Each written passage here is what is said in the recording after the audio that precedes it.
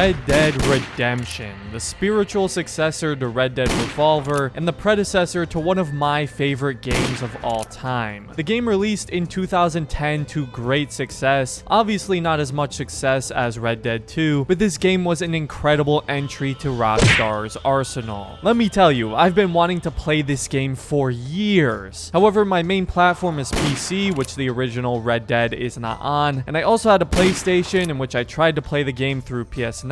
However, with PS Now, you need an internet connection, the game runs at its original 640p resolution, and there's a fair bit of input lag. So like a true gamer, rather than have to put up with the low res, and I'm not joking, I pretty much bought an Xbox just to play this game. Now I'm not gonna lie, it may not have been the smartest thing I've ever done, but Xbox does have some good backwards compatibility, so I can play some other games I usually couldn't as well. And come on, I couldn't pass up on the opportunity to play Red Dead in 4K as opposed to 640p. Once you get used to those higher resolutions, the original stuff just looks like a blurry and jarring mess. Hey, but I mean, that's just me. I'm sure someone's gonna roast me in the comments for not just sucking it up on PS Now. But I got to be a cowboy, baby. I don't care. Yeehaw! Yeehaw! Yeehaw! Yeehaw!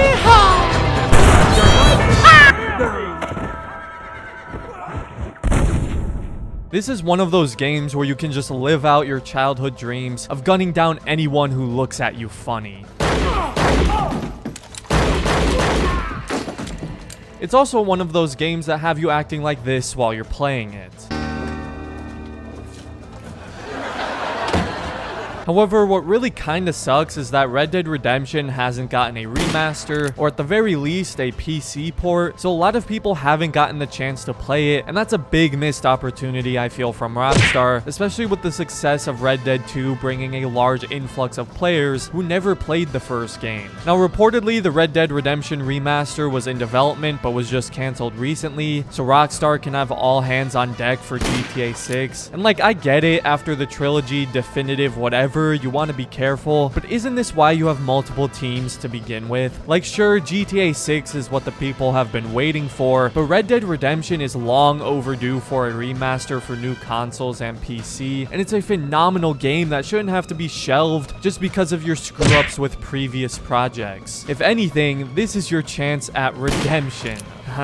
Get it? I don't know, a lot of people are divided on this, but personally, it kind of blows my mind how a game like The Last of Us got a remaster and now even a remake, while Red Dead Redemption is older and still hasn't even gotten any form of an upgraded version, aside from the Xbox One enhanced treatment, which, correct me if I'm wrong, but I'm pretty sure that was handled by Microsoft and not Rockstar. Come on, Rockstar, do right by the game. Seriously, considering how well it holds up, a remaster would be incredible. Like I said though, for its age, this game holds up very well. Obviously, playing in 4K certainly helps mend the game's age, but it is by no means a bad-looking game today, and there was still plenty of times where I would admire the game's environments and detail. I love the game's aesthetic and art style. The soundtrack, like with most Rockstar games, is impeccable.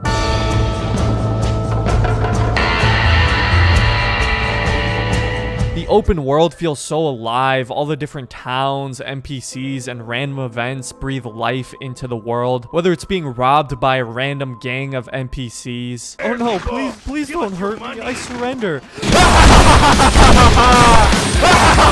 You can do other simple yet immersive tasks like going to the local theater to see a very disturbing movie.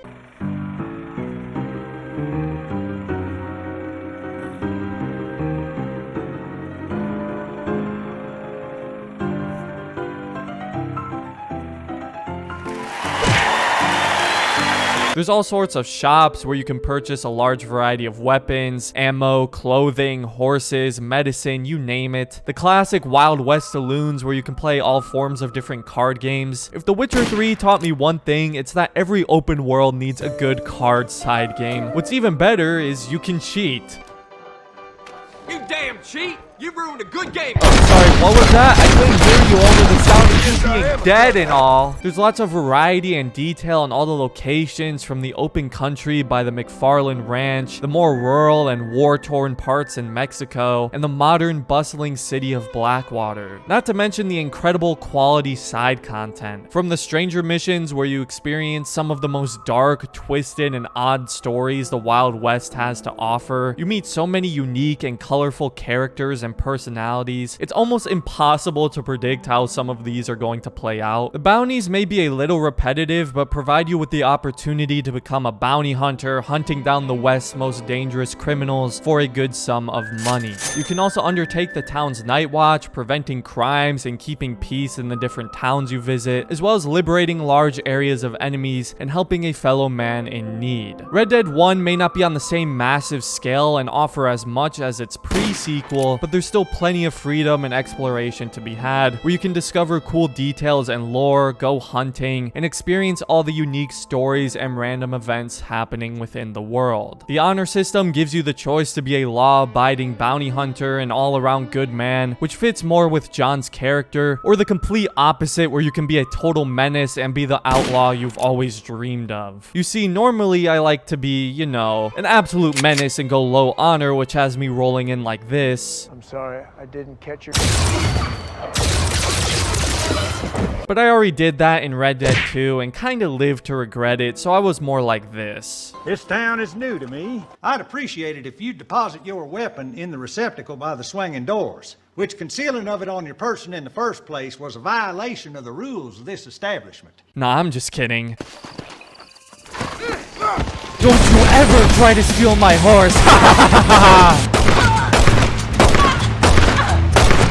The gunplay is weighty and satisfying, and the best way I can describe it is, it just feels crunchy. I know that sounds a bit odd, but it just feels so good. Deadeye is one of the coolest gunplay features I've seen in a video game.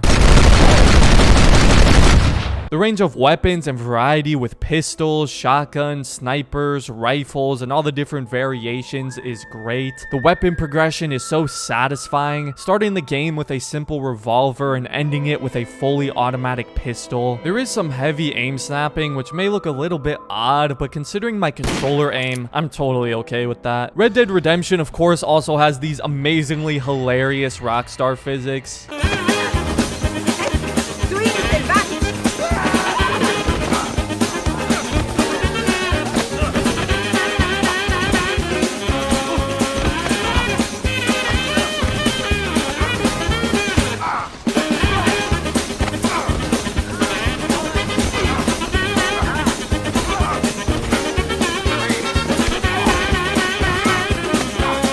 As for traversal, you do spend a majority of the game on horseback, which isn't always the most exciting form of traversal, but the world events and constant lively scenery helps keeps things immersive and exciting rather than boring and tedious. There's kinda fast travel with the stagecoaches, but I didn't really find it all that necessary. Although I will say the horse whistling can be kinda broken. There were multiple times where the horse would get stuck on geometry or simply just not show up when I call it. I really enjoyed Red Dead's customization though. It was fun unlocking all the different outfits, and quite a few of them actually give you gameplay advantages, like the elegant suit allows you to cheat at poker, the deadly assassin outfit recharges your Deadeye twice as fast. You get lots of cool advantages and benefits like that. The mission structure is a bit outdated with repetitive shooting sections, and herding cattle gets boring and tedious real quick. It's not a huge deal because the gameplay is so fun, and there is still your occasional unique mission. Again though, like with most Rockstar games, what really makes this game is the story. Like I said earlier, I played Red Dead 2 before I played this game, and I swear Red Dead 2 has to be one of the best prequel stories I've ever seen. It fits in so well with this game that if not for the graphics, you wouldn't guess that this game came out first. Both games' stories were written by Dan Houser, and I love how well these two stories connect, and not only on the main plot points either. Even little details that were referenced in this game are fully realized in Red Dead 2. Like John briefly mentioning how his former gang leader Dutch always had a plan, and in Red Dead 2, Dutch is constantly having to reassure the gang with his plans. I had a goddamn plan! I'm sorry, I don't mean to keep bringing up Red Dead 2 so much, but they connect so well. And really the only thing that would have made them connect even better is if Arthur was mentioned, but I totally understand the reasoning for why he isn't, and it makes a lot of sense. But anyways, Red Dead Redemption follows the story of John Marston, a former outlaw who's now essentially being blackmailed by the government into hunting down the members from his old gang, and while the government basically has a gun to both his wife and son's head. There's a big theme of morality in this game, lots of great conversations between John and numerous characters about what's right or wrong. Can John still possibly be a good person even with his past and all he's done? Was he ever a bad person to begin with, or was he just shaped by his upbringing and circumstances? However, it's still very obvious John has grown a lot and he's able to look back on his time as an outlaw with a more mature perspective. He's in a way trying to redeem himself and start over with a new life for him and his family. However, his past won't let him go. He must trade in his former friends and brothers to get that new life he so desperately works to achieve. John is a fantastic protagonist. I love the moral complexity of his character and his constant struggle in trying to become an honorable man. Not to mention he has a very likable personality. John is one sassy and snarky man. It doesn't help me. I won't think twice about putting a bullet through his skull. And then I realized. Realized you were sick in the head? That you needed to move on with your own limited time on Earth? Give me that. I'm your old friend Amnesia. Oh, what harm could you do to us exactly? When a man with a sing-song voice tells me to fuck off, it always concerns me, boyo. Voice is really starting to get on my nerves, boyo. And his signature trash talk. You should have sent your mother! But of course, there's very well written and acted characters aside from Mr. Marston. There's Bonnie, a rancher who has great chemistry with John, and let's be real, would make a far better wife than Abigail. There's the badass, charismatic, old-time gunslinger Landon Ricketts, the constantly drunk and foolish Irish. About 50% of the characters seem to be a little psychotic. It's mine, all mine. Sure. And of course, there's John's family, his wife Abigail and son Jack, as well as Uncle, aka Mr. Lumbago. There's also characters like Edgar Ross and the former gang members with Dutch, Javier, and Bill Williamson, each with great depth and personality that bring new dimensions and dynamics to the story and how they interact with John. Hearing the conversations between John and Edgar Ross was particularly interesting and really emphasizes how the government was coming down hard on the outlaws of the Wild West and how they believed civilization and order would save the country. I'm so angry with myself for looking up this game's ending after Red Dead 2. God, you idiot! What the hell are you doing? I'm kicking my ass, Demon! No spoilers, of course, but man, if I had known I actually would have ended up playing this game, I wouldn't have watched the ending on YouTube. But I was just extremely curious what happened after Red Dead 2, so please don't make the same mistake I did. In conclusion, Red Dead Redemption is an incredible game with an incredibly deep and emotional story, with top-of-the-line characters, dialogue, and acting, paired with a fun and satisfying gameplay system and an immersive, lively open world. In case it wasn't obvious by now, you should definitely buy Red Dead Redemption in 2022, and hopefully one day we'll actually get that remake or remaster the game so rightfully deserves. Again, I do think the best system to play it on is Xbox, since it has the better resolution support, but if that's something that doesn't bother you, then you can try it on PS Now as well. You could maybe even try one of those PC emulators, although I'm not sure how well those are running now. Let me know in the comments what you think of Red Dead Redemption, or let me know if this video was helpful if you haven't played the game yet. If you enjoyed the video, consider subscribing if you're new and becoming a member if you'd like. Other than that, thanks for watching and have a great rest of your day, everyone. And you're not gonna take what they've got to give, and you're not